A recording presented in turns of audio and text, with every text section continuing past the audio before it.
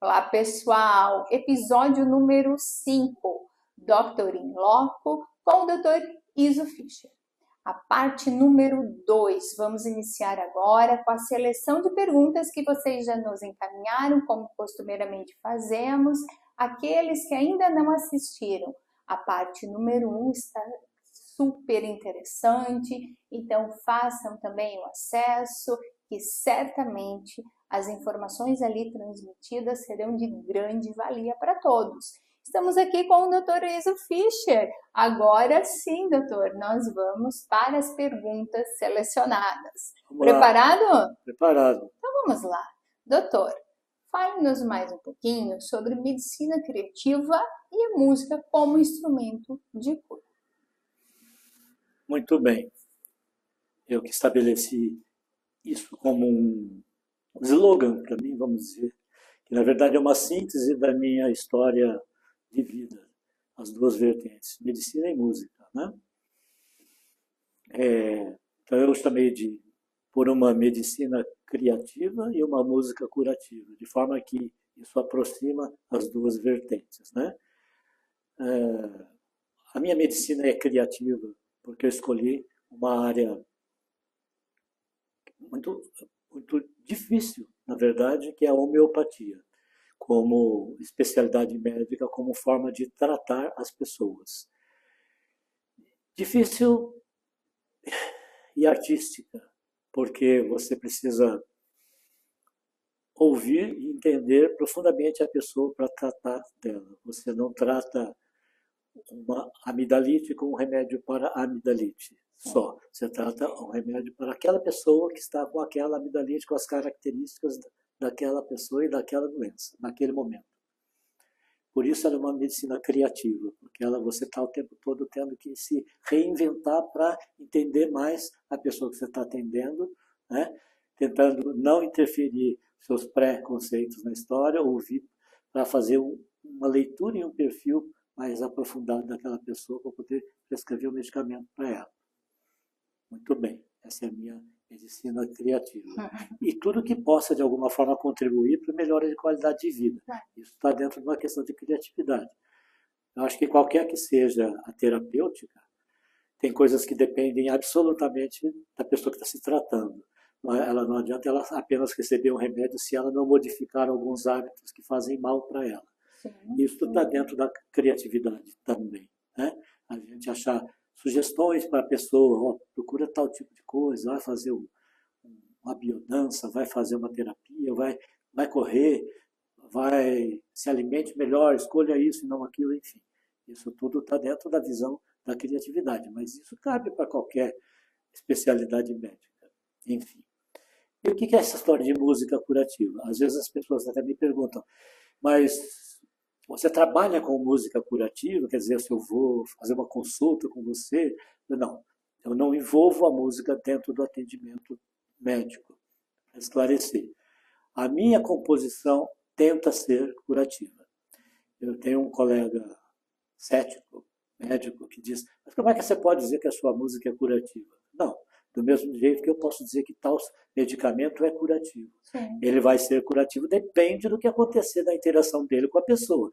Não necessariamente ele é curativo. A intenção é essa, mas pode ser que não dê certo aquele remédio para aquela pessoa. Do mesmo jeito, a minha música tenta ser curativa, eu quero dizer, eu imprimo a minha música a intenção de levar uma coisa para melhora, para que ela seja benfazeja para as pessoas, que ela faça bem para as pessoas. E dessa forma ela possa curar, de alguma forma, alguns males que estão por ali. Efetivamente curar de dentro para fora. Sim. Porque aí vai trabalhar com a parte psicológica, emocional, e inclusive a parte espiritual, vai fazer um contexto todo sobre aquela pessoa, diante da observação que o senhor já colocou ali no diagnóstico, quando observa a pessoa, para atingir a cura. Sim. E a questão da música em si é no sentido de ela trazer alguma coisa de bom para a pessoa, trazer uma reflexão, trazer um alento, trazer um descanso, enfim. E não é necessariamente uma música que tem que ser suave. Às vezes, sim. Tem músicas que são suaves, né? eu passei a chamar de música curativa quando eu descobri, como eu já contei na primeira parte do podcast aqui, quando uma pessoa me disse que ao assistir um show meu, transformou tanto o seu estado, que estava deprimida pensando em suicídio, ao ouvir uma canção, ela saiu em estado de graça de um show que eu fiz, de um show que ela foi assistir, uma apresentação das minhas músicas. Então, eu falei, eu acho que eu posso fazer uma música curativa para as pessoas, né? Se vai ser, se não vai ser, vai depender da interação que essa música tenha com a pessoa. Mas é na intenção que ela é curativa. E são memórias inesquecíveis para a vida de todos. Até. E que sejam mesmo, né? Que sejam. Isso é o que eu posso dizer desse binômio aí de música de medicina criativa e música curativa. Né? Hoje eu consigo levar as duas coisas ao mesmo tempo. Componho e atendo ainda, como homeopata, tento ajudar as pessoas a serem mais felizes. E é muito legal, chama a atenção de todos para que assistam a primeira parte do nosso episódio número 5 com o Dr. Iso Fischer, que ali tem os detalhes dessa inspiração, né, dessa transformação social que o Dr.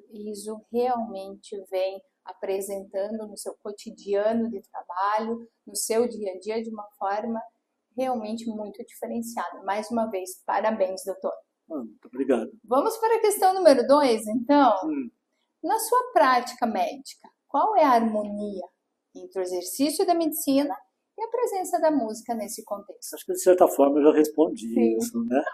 Na verdade, até é difícil na hora que eu estou colocando, de falar de uma e da outra, porque elas se interceptam, né? Uma entra dentro da outra, né? Então, eu acho assim, objetivamente, eu usei bastante música e ainda uso quando eu desenvolvo um trabalho que eu chamo de oficina de vivências, que é um trabalho que envolve, é um investimento na melhora de qualidade de vida, física, mental, emocional e espiritual, em todas as áreas, no sentido de estimular a pessoa, de fazê-la crescer, dela ficar melhor, dela fazer uma vivência que ela se conecte mais profundamente consigo e de uma forma mais afetuosa com as pessoas com quem ela está participando. Isso são alimentos para a alma e para o corpo também, não é? Então, assim, nesse sentido. E eu fazer música, lidar com música, vivenciar música, me alimenta pessoalmente também para que eu possa ser um médico melhor, no sentido de estar mais aberto, mais sensível ao que a pessoa me traz. Então, eu acho que a música me sensibiliza, me deixa mais sensível também para o trabalho. É claro que eu tenho que me cuidar, porque eu tenho que ter um distanciamento também para poder estar ajudando as pessoas, né? Mas às vezes o sofrimento alheio pega fundo e a gente tem que ter um esforço para lidar com aquilo na situação de atendimento. Né? Sim, para não absorver aquele conteúdo negativo que naquele momento a pessoa está ali transmitindo e o senhor está buscando a cura para esse ponto em específico, né, doutor? Exatamente. Então, eu acho que eu posso até, atropelando um pouquinho, Sim. Eu comentei da outra vez, da primeira parte, sobre como foi a minha ida para trabalhar com portadores de HIV. Sim. E eu vou contar um pouquinho, porque eu vou estar contando de uma aplicação das ferramentas que eu tenho como médico. Sim. Né? Antes mesmo de eu ir trabalhar na infectologia, porque eu resistia, acabou que um conhecido meu, um rapaz que eu tinha até acompanhado num trabalho musical, se contaminou e adoeceu de AIDS mesmo. Né? Uma ocasião eu encontrei a mãe desse rapaz, que ela me conhecia, eu conhecia a família, e ela estava se sentindo muito mal, não estava nem querendo voltar para casa, porque ela tinha que lidar com situações difíceis. Ela dizia, meu filho está numa fase terminal, e ele está muito mal, brigando, agressivo, botando culpa em todo mundo da situação dele. Né? E eu pensei, como é que eu posso ajudar essa pessoa nessa situação informal, no correio, onde ela me encontrou. Tal. Sim. E tem um recurso que nem foi pela homeopatia. Eu não tinha condições de prescrever uma homeopatia sem avaliar essa pessoa, sem fazer uma consulta, né? Mas eu tinha uma referência de uma coisa que se chama terapia floral, que eu conheço um pouco e aplico um pouco também, que é uma coisa mais prática, que dá para trabalhar de uma forma mais direta. Né? Eu acabei começando a trabalhar com isso, porque uma paciente chegou para mim com um livro sobre florais e falou: eu quero tomar isso aqui, se você não me prescrever, eu vou tomar para minha conta. Então eu fui estudar o que era aquilo, de que forma prescrever aquilo, e passei a utilizar isso, às vezes, no meu atendimento, no tratamento dos pacientes. Então eu, sem saber o que fazer, eu peguei um papelucho do correio ali, peguei um papel e anotei o nome de alguns florais e falei para ela: faz isso aqui e leva para ele, e dá para ele. E fiz alguma coisa para ela tomar, para ela se sentir mais tranquila também dentro da situação que ela estava vivendo. Uma das essências florais que eu escolhi tem a ver com perdão. Por quê? Eu sabia desse rapaz que ele tinha um problema sério com o pai, mal resolvido. Que o pai abandonou a família, se separaram muito cedo e ele não tinha uma boa relação com esse pai. Eu pensei assim: se ele está num estágio terminal, seria bom que ele fosse de uma forma mais leve, que ele partisse dessa para outra mais leve, sem rancor, sem tanto peso, ou limpando um pouco essa relação com o pai, quem sabe. Sim. E prescrevi isso ali no conjunto de florais que eu escolhi para dar para ele. E uma semana depois, eu nem me lembro direito como foi, se eu liguei, eu fiquei sabendo uma coisa que até hoje me emociona muito. Eu entrei em contato para saber, e ele estava muito bem do seu humor, depois que ele estava tomando alguns dias o floral, e aconteceu uma coisa muito interessante. Ele me relata ter tido um sonho, em que ele encontra o pai dele, eles se abraçam e saem de mão nas costas, caminhando.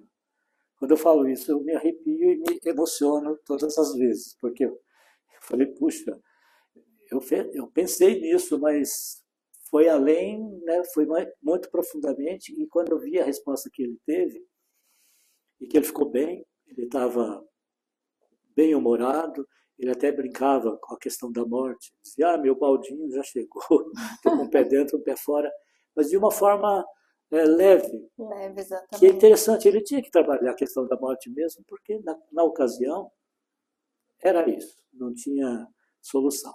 Né? Mas ele estava bem, e eu pensei: puxa vida, eu tenho alguma coisa para oferecer para esses pacientes. Então, assim, e depois daí eu fui e comecei a trabalhar. Primeiro eu tinha que entender o universo da AIDS e do HIV, para ver meus limites da homeopatia. Eu nem sabia muito bem como é que eu ia trabalhar como homeopata dentro do ambulatório de infectologia. Falei: eu vou ter que achar esse espaço, como é que eu vou fazer isso. Mas como também não era eu que marcava as consultas, comecei a receber consultas comuns para AIDS. Então eu tive que estudar mesmo e entender como é que o protocolo da AIDS, o que tinha que fazer, como que era feito protocolarmente esse atendimento, e paralelamente trabalhando com o que eu pudesse ajudar com a homeopatia, sentindo até onde eu podia ir com isso, trabalhando junto, como deveria ser. Né? E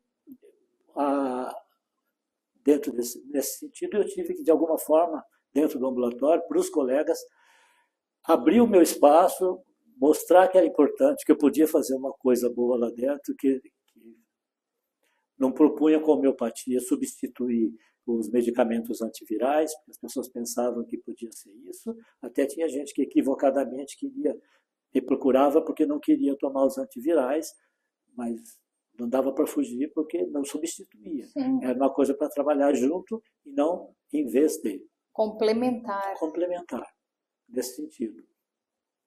Fui achando isso. E até no sentido de mostrar essa possibilidade, teve um caso muito interessante ali dentro do ambulatório.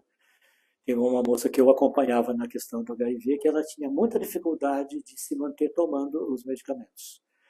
Eram muitos medicamentos na época, causavam muitos efeitos colaterais, mal-estar, tinha que tomar muitos comprimidos por dia, era uma situação, era complicada. E essa moça tinha um filho, ela era sozinha, tinha que trabalhar, e ela se deprimia muito, e quando ela se deprimia, ela abandonava tudo e parava de se tratar. E daí, assim, esse caso eu falei assim, eu vou trabalhar com essa moça, com a homeopatia, Sim. com as oficinas de vivência, incluí ela nos grupos, convidei ela para participar dos grupos, porque ela precisa ficar bem para voltar a fazer o tratamento. E isso aconteceu. Então, é um caso que me marcou muito, porque eu apresentei numa reunião técnica que nós tivemos o caso. Falei, aconteceu isso. Desde que eu comecei a trabalhar com ela nesse sentido, ela voltou a fazer o tratamento e está indo muito bem. Né?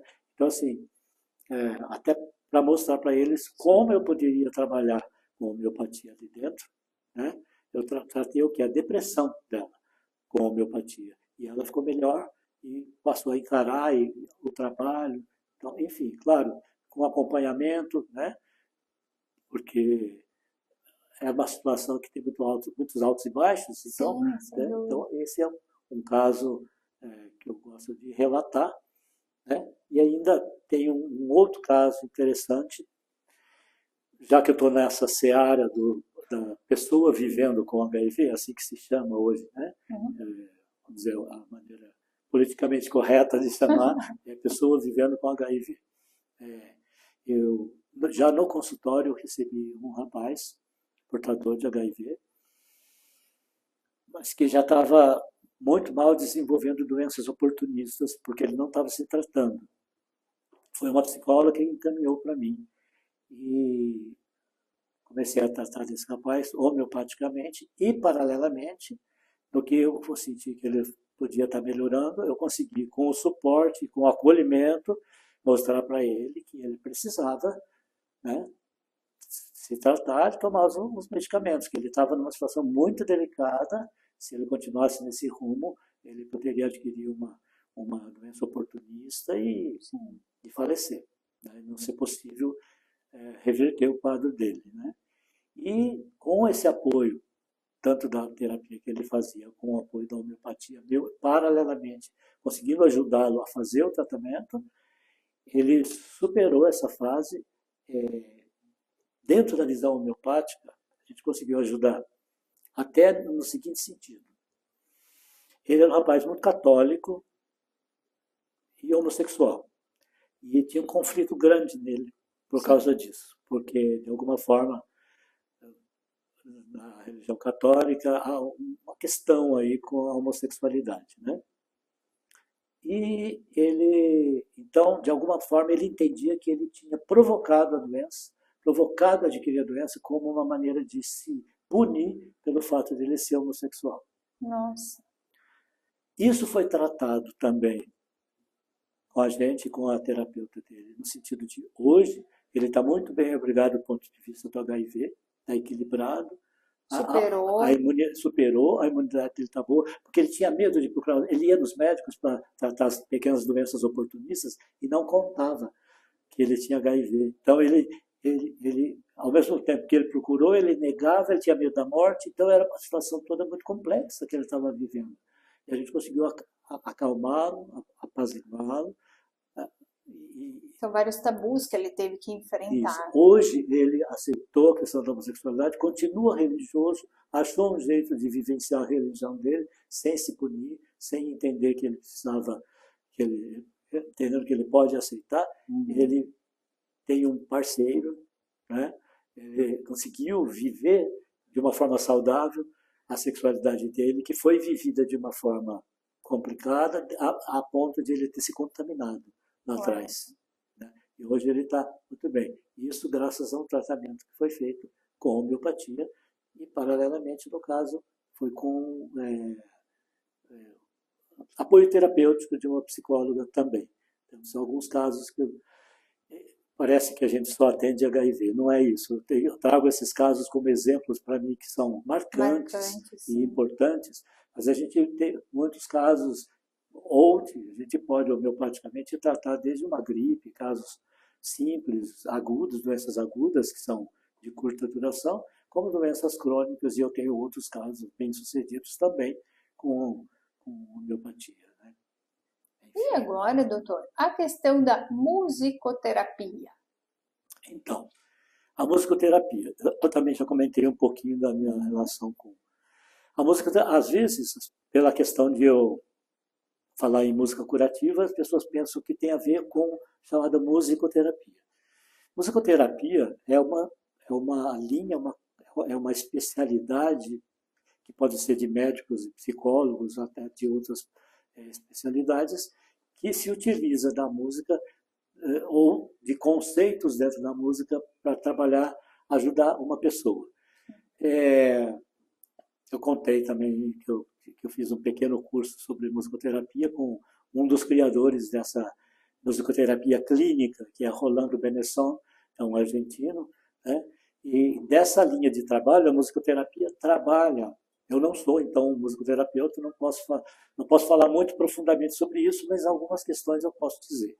E essa musicoterapia que eu vi do Rolando Benezon tinha muito mais a ver com o trabalho com autistas, em que se utilizavam dos recursos musicais para achar uma forma de trazer o autista para a comunicação. Tem um conceito de ISO, que não tem nada a ver com o meu nome. ISO quer dizer igual, de achar qual é o ritmo que capta aquele paciente para que ele entre na mesma vibração, ou musical, sonora, ou instrumental, para fazer uma conexão com o terapeuta. E essa é a questão do autista. Ele não se conecta com o outro. Sim. Ele fica no mundo dele, fechado. Então, essa é depois a musicoterapia clínica foi abrindo para outras doenças, outras modalidades e tal.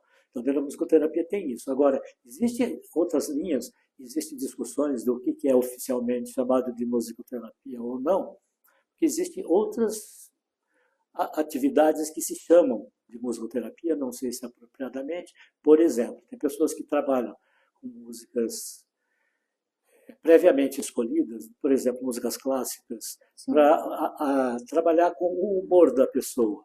Por exemplo, uma pessoa mais ansiosa, é bom para ela ouvir Mozart, porque a música de Mozart é uma música serena, leve e não tem altos e baixos, é uma música que ajuda a manter um clima mais suave. Uma pessoa que está precisando de estímulo deveria ouvir Beethoven, que é uma música mais forte, é uma música impulsiva, que aquece, que ajuda a comentar. E tem pessoas que trabalham com isso. Então, ela está usando música terapeuticamente. Então, vamos dizer, alguns podem chamar isso de musicoterapia. Há uma linha de um argentino chamado Roberto Fregtman, que ele usava a música para ser ouvida e para induzir estados especiais. Então, ele criava uma música especialmente para isso. Também é uma linha que se autodenomina de musicoterapia, né? E, finalmente, a música é utilizada por outras linhas de trabalho, como, por exemplo, a biodança. Biodança é um trabalho que não é considerado uma terapia, porque ela vem da pedagogia. Aliás, o criador da biodança é um chileno chamado Rolando Toro, que esse ano é o centenário dele. A biodança se utiliza de música para induzir estados ou de aprofundamento e de a pessoa voltar para si, ou de estímulo e para trabalhar o estado da alegria.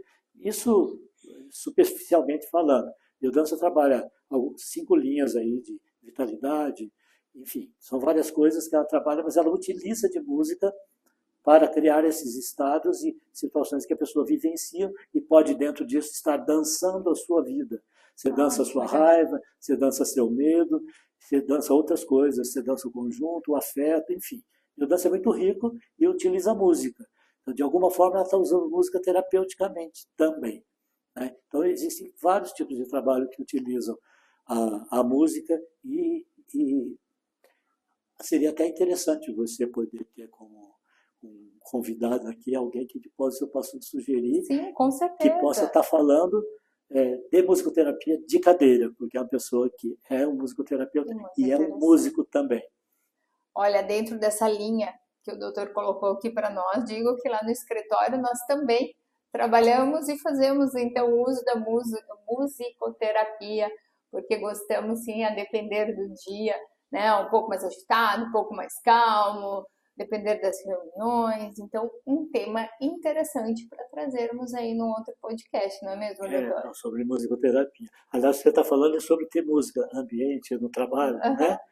Esse é um tema muito polêmico, né? Sim. Eu, particularmente, tenho outro dia, por acaso, eu ouvi um pequeno vídeo do Chico Buarque falando sobre isso. Eu falei, nossa, ele está falando exatamente o que eu penso. Eu não gosto de ter música enquanto eu estou trabalhando, porque se a música for boa, eu vou prestar atenção nela. Se a música for ruim, eu vou prestar atenção nela e vou tirar o meu foco daquilo que eu estou fazendo. Então, eu não consigo trabalhar com música. Para mim é impossível, porque eu vou me ligar nela. Então, a música me chama demais. Então, estou fazendo um trabalho que não tem diretamente a ver com aquilo, preciso focar aqui. Não, música não dá, vai me atrapalhar, curiosamente, né? Interessante, né?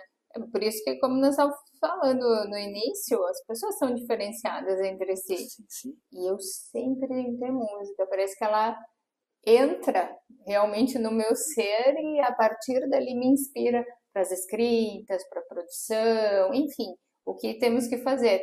E os meus sócios também são assim. Inclusive, já os conheceu também, tanto o Helder quanto o Humberto.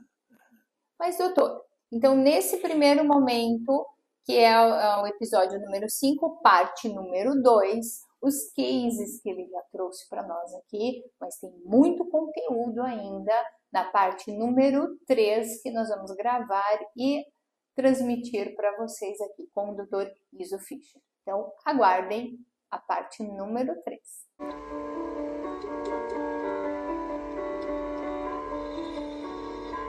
Depende só de mim, se eu fico quieto no meu canto, só de mim, se eu enlouqueço ou se me salvo, só de mim, depende a luz do meu sorriso, só de mim, simples assim, depende só de mim, se eu fico quieto no meu canto, só de mim, se eu enlouqueço ou se me salvo, só de mim, depende a luz do meu sorriso, só de mim.